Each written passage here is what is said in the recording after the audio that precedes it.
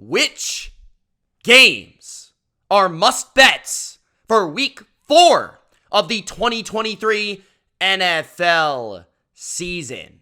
What's going on, gridiron gamblers and BLV betters? It's Mitch here of the Bottom Line View, back for another week of BLV NFL best bets. In this video, every week, I give you my favorite picks versus the spread. Last week, we continued the hot streak, going 4-1 versus the spread. But for whatever reason, the teaser seems to be the kryptonite. 1-2 on the year, but that's not stopping our phenomenal record from continuing in week number 4. I'm looking to continue this hot streak and hopefully allow you to take home some cash betting on the NFL. If you're riding with me,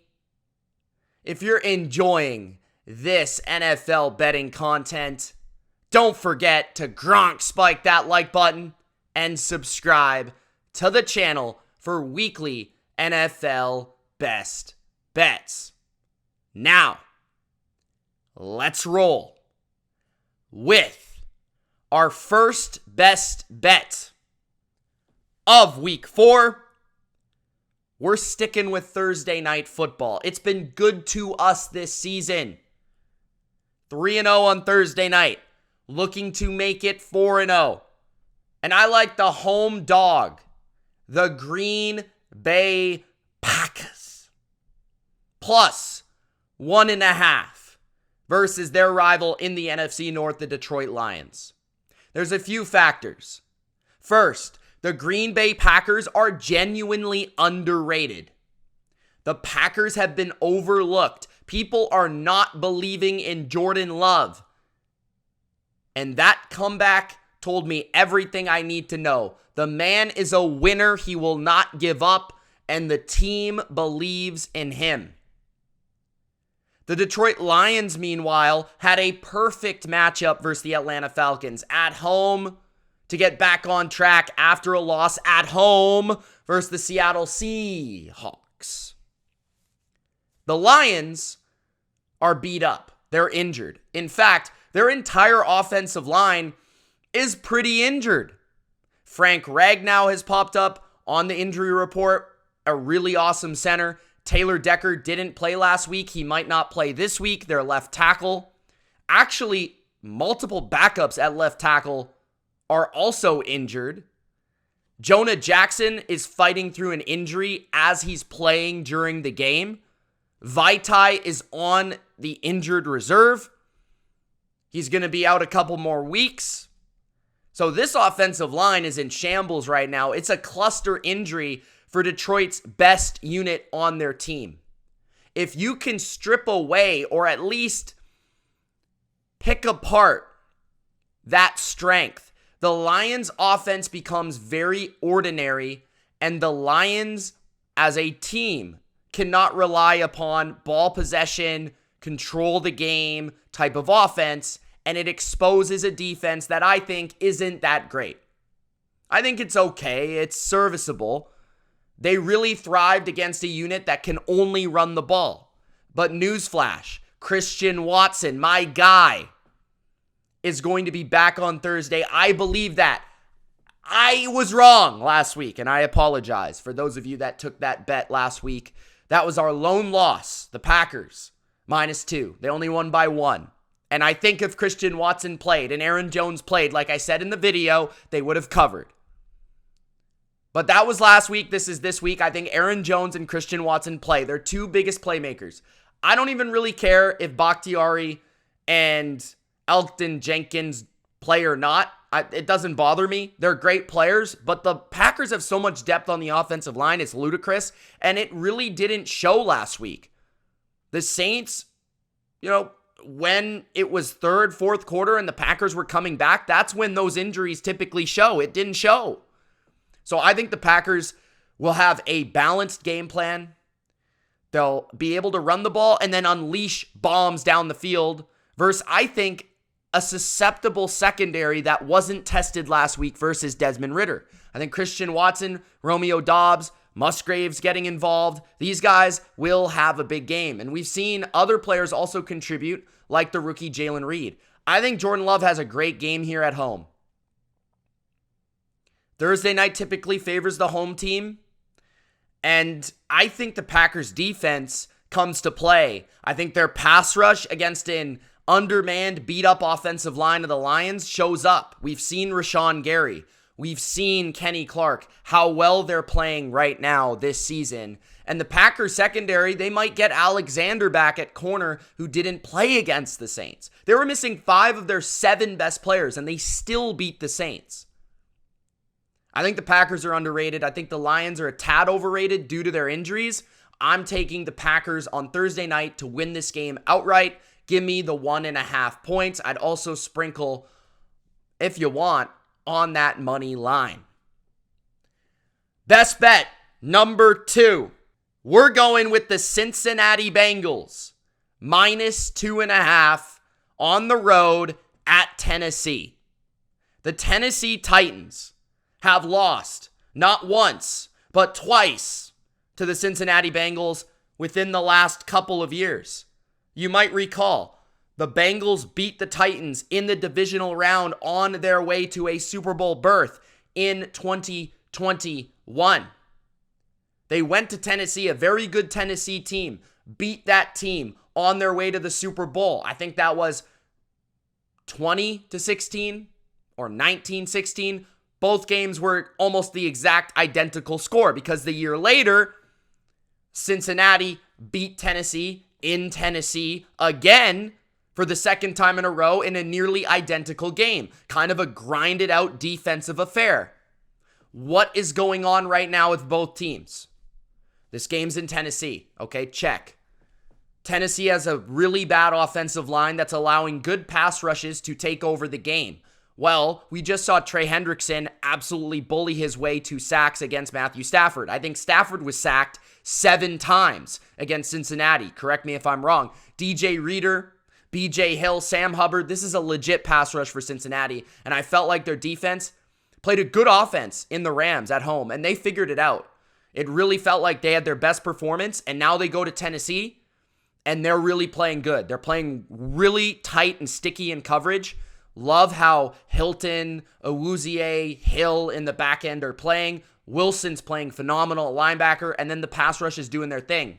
We've seen the Bengals over the last couple of years have a great game plan to contain Derrick Henry and company in the run game, so I'm not too worried about Derrick Henry winning this game for Tennessee. I think the Titans will struggle to score in this game, so I think it will allow Burrow to have some of his bad moments. Right now, he is playing injured. He is trying to fight through it, and there's going to be ups and downs. But when you look at Tennessee, they're really good against the run. They do have a really good front. This is the best Bengals offensive line over the past couple of years. That's a fact. And I would also say that the corners of the Titans can't cover the receivers of the Bengals. There's mismatches all over the field. So I feel the Bengals have mismatches with Jamar Chase, T. Higgins. If they double Jamar Chase, you got to worry about T. Higgins. If they double T. Higgins, you got to worry about Chase. If they try to double both, you got Tyler Boyd. So there's really no way the Titans can defend this passing game over the course of the game. And what Burrow does best is attack a undermanned, not great secondary. And we've seen Tennessee get lit up. Watson had his best game against them. Herbert had a really good game against them. Burrow will have a good game here. I think the Bengals go to Tennessee. A lot of people like the Titans as a dog. I don't. I think the Bengals figured it out on defense against the Rams. Not on offense yet. That's this week. On defense, I think the Bengals win, and I think the Bengals cover versus the Titans.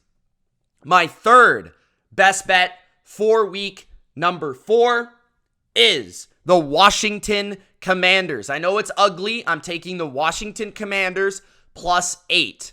7.5 I would take. Anything lower than 7.5 I would stay away from.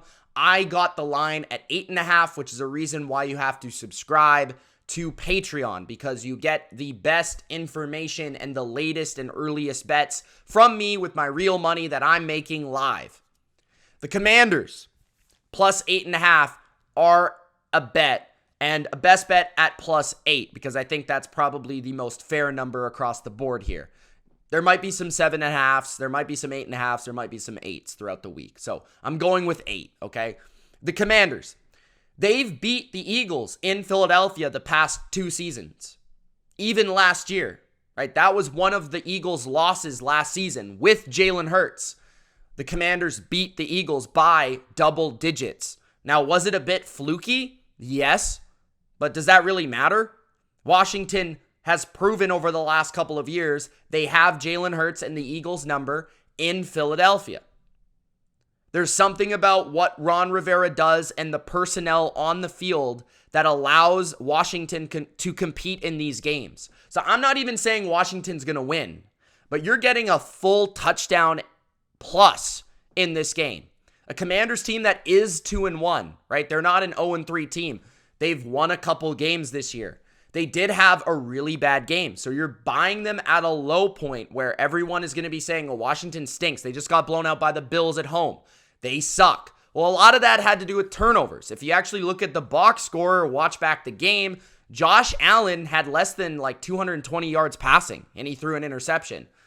So the passing game for the Bills, their primary asset, wasn't really working that well, despite Washington not getting a great pass rush. So that makes me believe that Washington can carry that over versus a much lesser passing game in the Eagles. The Eagles are not as dynamic of a passing game as the Bills. They're very good on the ground. But what makes me believe in Washington's defense against their ground game is the personnel, right? We've seen it. We've seen it play out. Jonathan Allen, Montez Sweat, Chase Young, Daron Payne. We've seen these guys take on this offensive line, and they have a formula that they can make it difficult on the Eagles to run the ball consistently. They've seen them multiple times a year. They know how well this offensive line plays, and they know how to defend it. There's a familiarity factor here. So I think Washington's defense steps it up in this matchup. On the other side of the ball, Sam Howell had a really tough game. I don't think he has 2 really bad games in a row. The Eagles play a more simplistic style of defense than Buffalo. Buffalo has a lot of veterans in the secondary, and they're very savvy, and they're very, very good at scheming things up, is Sean McDermott. The Eagles rely on their pass rush, and I do believe the Eagles will get a rush in this game. But we've seen Washington last year. They're going to run the ball. They're going to run the ball. They're going to run the ball. They're going to take what's there on early downs. They're going to milk the clock. They're going to not allow Philadelphia to milk the clock of their own, because that's what Philadelphia does. They wear you down. They possess the ball. They get a lead, and then they win the game. Washington, if they're able to get a lead in this game, they have a chance to win. I really believe that. I think Sam Howell comes into this game with McLaurin, Samuel, and Dotson and makes some plays. This guy has a gamer quality to him where he can make big throws and big scrambles as an underdog. I really like it. So I'm going to go Washington +8 at Philadelphia. Divisional game in the NFC East. Give me the dog with a lot of points. My 4th best bet is the Las Vegas Raiders, another ugly dog, +5.5, potentially 6. I would wait to see if you can get the 6, because I don't think a lot of people are going to be betting on the Raiders this week. I just have a hunch after they lost the Sunday night game at home to Kenny Pickett, who looked terrible the last couple of weeks. You could not convince me that any team should be a 5.5 or 6-point underdog. Maybe the Bears and Broncos. But other than that, I don't think there's many teams in the NFL that should be underdogs of 5.5 or 6 points versus the Chargers. The Chargers play every game close. That's just how they play it. The Raiders last season beat the Chargers 27-20 in their latest matchup, and they lost to the Chargers by 5 in the first matchup. That was in week 1 last year. So the Raiders played them competitively last year. We talked about this when it came to betting on the Raiders versus the Broncos, right? The Raiders swept the Broncos. So we've seen, McDaniels versus Staley. We've seen that play out, how that works. It's going to be close. And I look at the matchups. The Chargers have one of the worst defenses in the NFL. If there's a spot for the Raiders to get on track offensively, it doesn't even matter who the quarterback is, because honestly, is Jimmy Garoppolo really that much better than Aiden O'Connell or Brian Hoyer? I mean, I don't know, because I think Josh Jacobs will have his best game of the season. He had a bit of a better game last week, and I think that's only going to continue against a Charger run defense that can't stop the run. They couldn't even stop the Vikings from running for nearly 100 yards. The Vikings. Okay? So the Raiders, I think, will have a balanced run game here, which will open up the passing game. And we've seen the Chargers. They're one of the worst pass defenses in the NFL. In fact, they've allowed the most passing yards in the league. So you've got Devontae Adams, Jacoby Myers. They can go to work in this game. And I think whoever's at quarterback, McDaniels will make it an easy game plan. And these receivers make it easy on the quarterback by getting open versus a bad defense. And then on the other side, the Raiders don't have a great defense. Don't get me wrong. But the Chargers, they consistently shoot themselves in the foot. They'll go for it when they shouldn't go for it. Brandon Staley is a joke. And then you have no Mike Williams. Potentially no Austin Eckler. Maybe he's back, maybe he's not. But no Mike Williams is a huge loss. He is the most important player, in my opinion, other than Justin Herbert on this offense. Maybe Rashawn Slater at left tackle, but Mike Williams is the guy that can move the chains. Mike Williams is the go up and get it target, and he's also a deep threat. Defenses will not be scared of Keenan Allen. The Raiders will double Keenan Allen. They'll force Quentin Johnston. I know this coaching staff. I'm a Pats fan. These guys all come from New England. They're going to double Keenan Allen. They're going to make Quentin Johnston or Palmer or Everett beat them. And Mad Max is going to get some pressure against that right tackle of the Chargers. So I think that both teams score into the 20s. It's close. It's a one-possession game.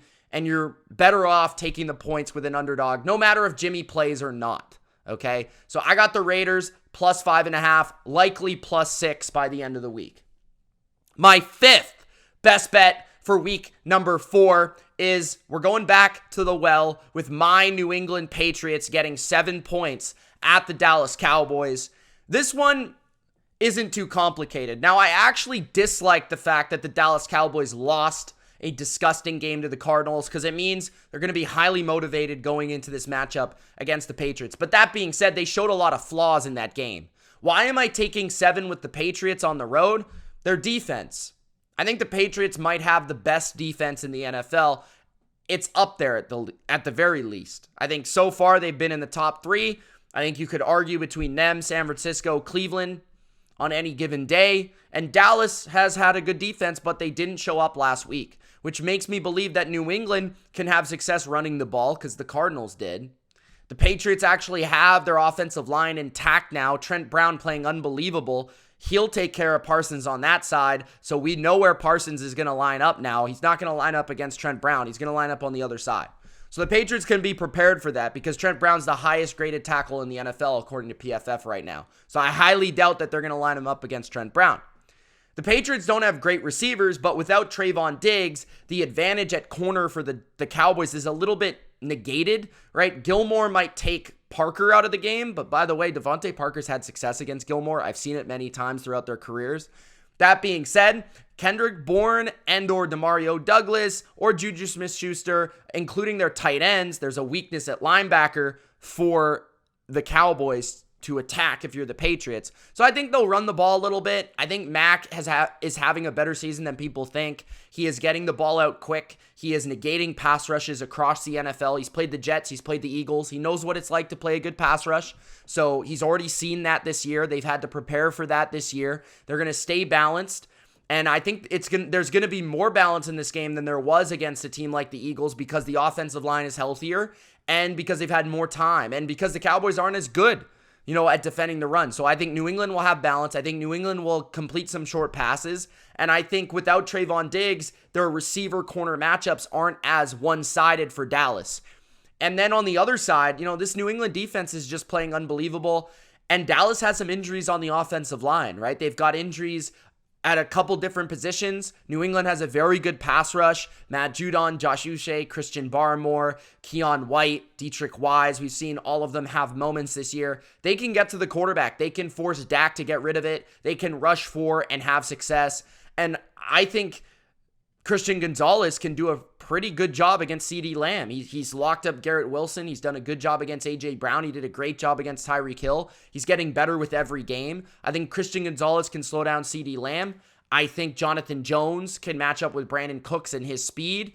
I think this is a pretty good matchup for the Patriots defense. So I feel like New England, they're just one of those teams this year that's going to be in every game. Their defense is very good. They're very well coached on both sides of the ball. Their special teams is very solid. I just feel like New England's going to hang around. They probably are going to lose by 3 or 4 like they have against Miami and Philadelphia.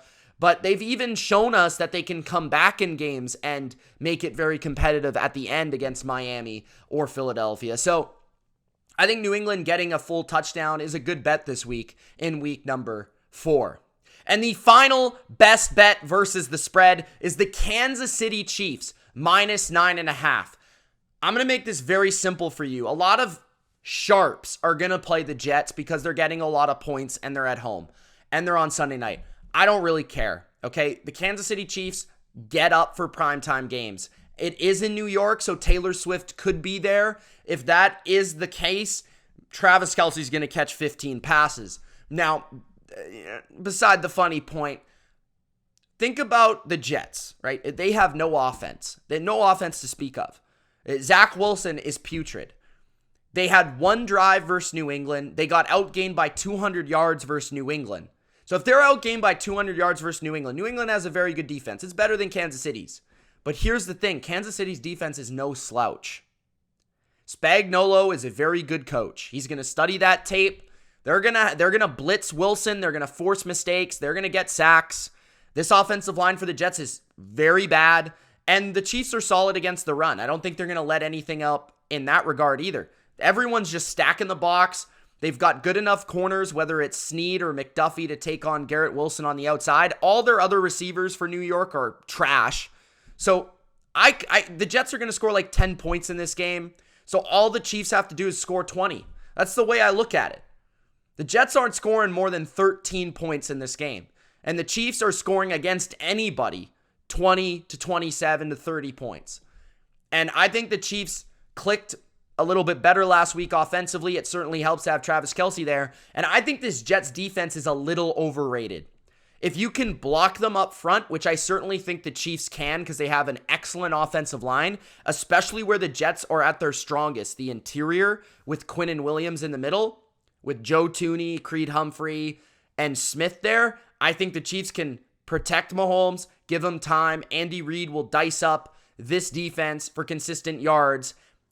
Play after play. They'll take what's there, I think, the Chiefs. We saw New England do that a little bit last week in the rain, and we saw Dallas do that to a greater effect in week number 2, and I feel Kansas City will have a very similar game plan, and they'll win this game. They'll cover because their defense is underrated, and their offense is very smart and calculated, and that's how you beat the Jets. So I've got the Chiefs minus 9.5 on Sunday night. My teaser of the week, Ravens plus 8.5, Dolphins plus 8.5, 2 divisional games, both road teams, but I believe in both teams to keep it as a 1-possession game. It could go either way in both of those games. That is the teaser of the week. Hopefully we get to 500 on the teasers. But those are my best bets for week number 4. Let me know yours in the comment section below. It's Mitch. Thank you so much for watching, and we'll see you in the next video. Don't forget to check out my Patreon. Link in the description. I'll also put it at the pinned comment in the comment section. If you want to become a patron for only $3 a month, you get all of my bets every single week this NFL season. Peace, guys.